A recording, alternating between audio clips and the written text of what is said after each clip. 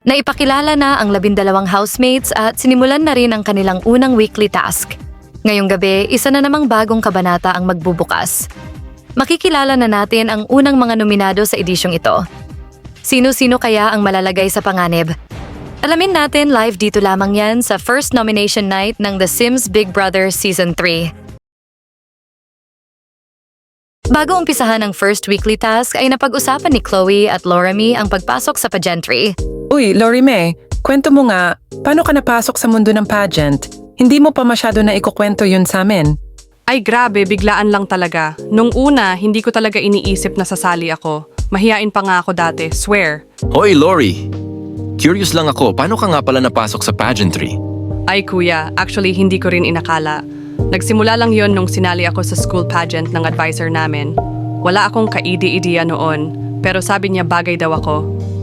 Pero nung nandun na ako sa stage, parang may spark. Na-enjoy ko yung experience, yung ramp walk, Q&A, tapos yung confidence na nabuo ko. Exactly. Mula noon, nag-training na ako, sumali sa iba't ibang pageants, hanggang sa naging bahagi na talaga siya ng journey ko. Habang sila'y naman ay pinagluto ang mga housemate at tinawag na sila para kumain,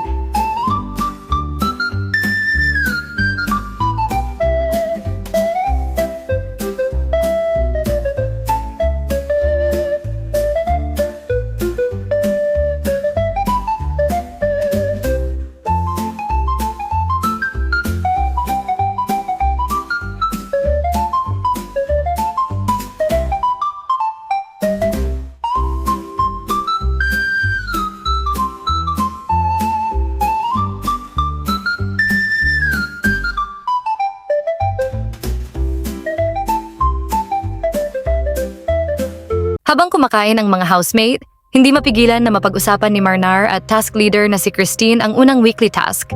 Ito na yata ang pinaka-psychological na task natin. Isang maling galaw, pwedeng mawalan ng puntos ang buong team. Kaya kailangan natin mag-usap. Kung hindi tayo magtutulungan, baka mabaliw tayo dito. Habang ang ibang housemate ay pinaghahandaan na ang weekly task.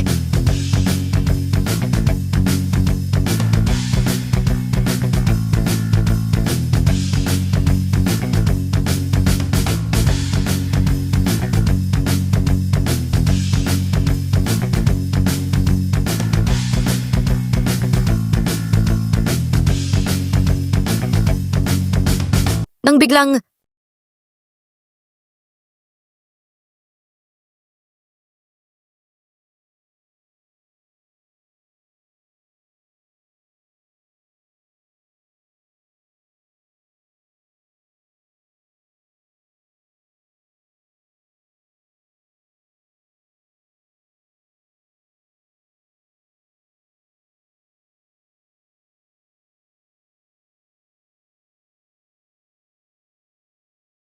mananalo kaya sila sa kanilang first weekly task?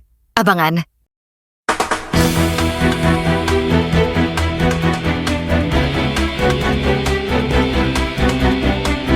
Matagumpayan kaya nila ang kanilang first weekly task at sino-sino naman ang mga housemate na mapapanganib sa gabing ito?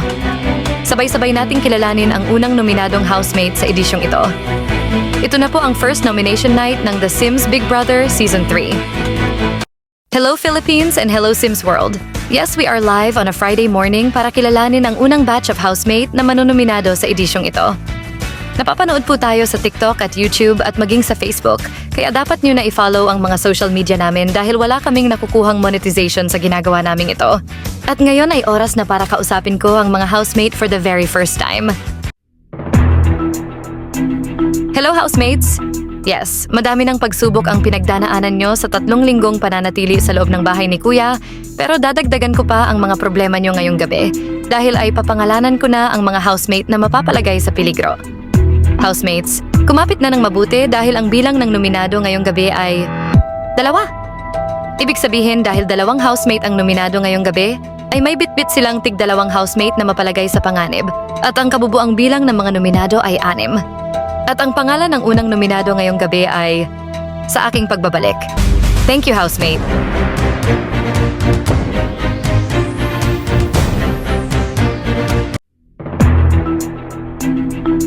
And I am back, housemates, at magpapatuloy na tayo sa aking anunsyo. Isa-isa ko na kayong papangalanan at magsisimula ako sa kanan. Pearl, naiingayan at nakokornehan na ba sila sa mga jokes kaya dito ka na mag-joke sa labas ng bahay? Lay, nakikita ba ng mga housemate na nahihirapan ka na sa loob ng bahay kaya binoto ka nila palabas dito sa bahay ni Kuya? Jeremy, hindi ka daw nakikita ng mga housemate dito sa bahay kaya nararapat lang na lumabas ka na ng bahay? Roxas, puro paganda lang ang ambag mo at wala kang silbi kaya dito ka na sa labas magpaganda? Nick, sa laki ng katawan mo ay wala ka daw na imbag as a team leader kaya dito ka na magpalaki ng katawan sa labas? At Al, di ka daw nakakasabay kaya bumalik ka na sa pagiging doctor dito sa labas. Housemates, sa inyong anim, ang bilang ng mga nominado ay 1. At makinig kayong mabuti dahil ang unang pangalan na aking babangitin ay ang siyang unang nominado sa gabing ito. I am sorry but you are nominated this week.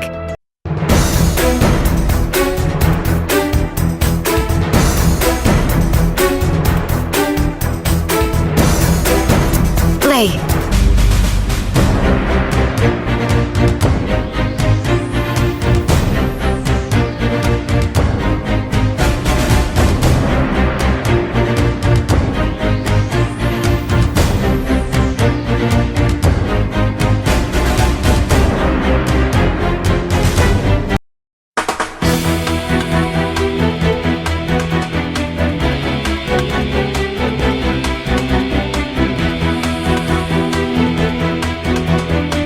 Si Lay na nga ang unang housemate na nominado ngayong linggo.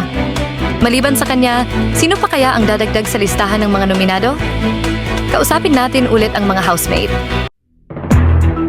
And I am back, housemate. Hindi na ako magpapaligoy-ligoy pa dahil papangalanan ko na ang makakatabi ni Lay sa nomination chair at magsisimula ako kay Laurami. Laurami, masyado ka daw pala utos at primadona kaya pinparampa ka ng housemate mo palabas ng bahay? Marnar, socially awkward ka daw sa mga housemates dahil siguro sa past experience mo kaya dito ka na lang sa labas ng bahay.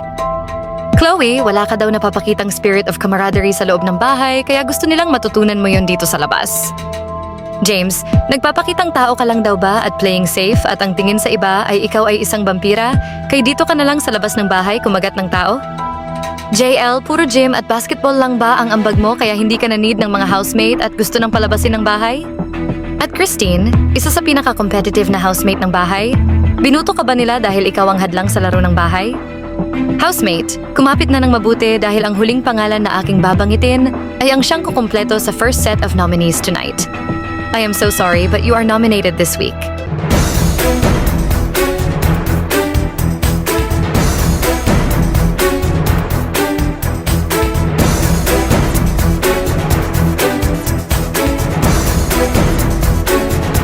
Lauriame.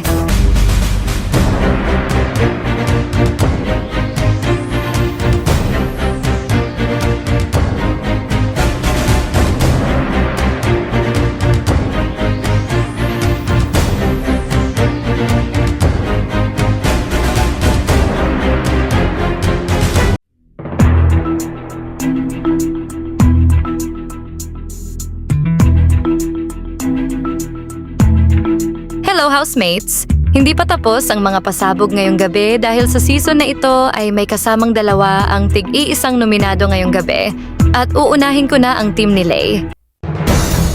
Sa inyong 5 magmumula ang 2 teammates ni Lay na mapapasama sa mga nominado. Kumapit na ng mahigpit dahil ang una kong tatawagin ay kasama sa magiging nominado ngayong linggo. I am sorry but you are part of the nomination list this week.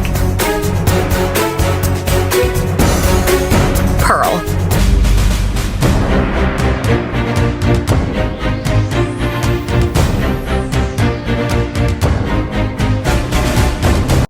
At ikaw ang kukumpleto sa lineup ni Lay. You are also nominated this week. Nick.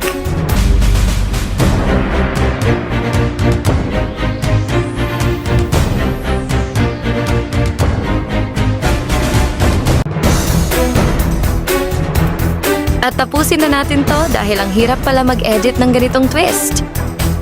2 sa inyo ang kukumpleto sa nomination list this week. I am so sorry dahil ikaw ang ika-5 housemate na manonominate this week at ang pangalan niya ay...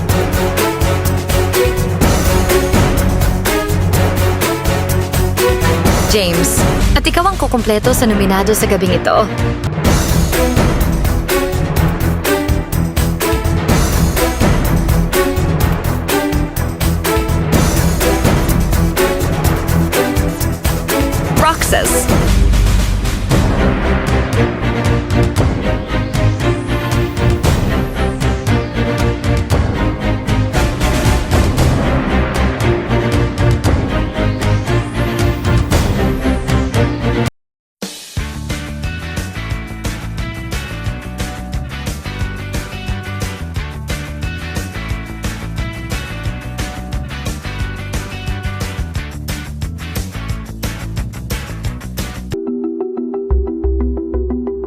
3 puntos po para kay Lay kasi feeling ko mamatay siya dito sa bahay niyo po.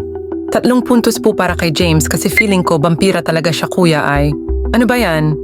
3 puntos po para kay Lay kasi nahihirapan siya dito kuya at feeling ko anytime soon lalabas siya kay unahin ko na. 3 puntos po kay Lay dahil ang hirap niya po pakisamahan po and masyadong spoiled po siya dito kuya. 3 puntos po kay Laura Mi kuya dahil napakamadam niya po. And naiilang kami sa kanya. 3 puntos po Lay kuya dahil sa lahat ng boy housemate, siya lang yung pinaka-distant sa lahat and di marunong sa gawaing bahay at parating nakasimangot. 3 puntos po kay Christine kasi ayoko po sa mga competitive. Nasasapawan po ako. 3 puntos po kay Lori kuya dahil napakamadam niya po dito. Ako po yung mayaman dito at ako lang ang pwede umasta ng ganyan. 3 puntos po kay Lay kuya dahil kahit anong sabihin ko sa kanya ay di po siya nakikinig. Ayoko na sa kanya. 3 puntos po kay Lay kuya dahil ang sama po ng pakikitungo siya sa amin dito. 3 puntos po kay Lori po, kuya. Dahil ang pangit ng pakikitungo niya sa amin, kuya. 3 puntos po kay Lay, kuya. Dahil di na niya kaya ang mga task dito, kuya.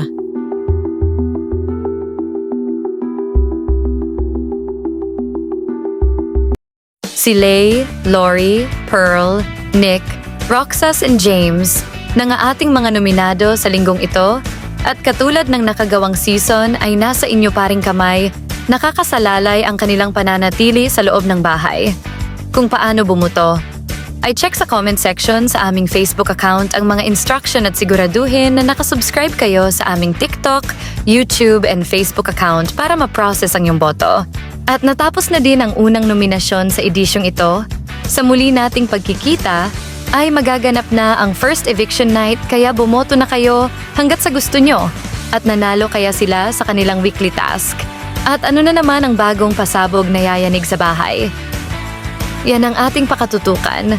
Muli ako si Tony G at ito pari ang teleserye ng totoong buhay ng mga Sims. Ito ang The Sims Big Brother Season 3.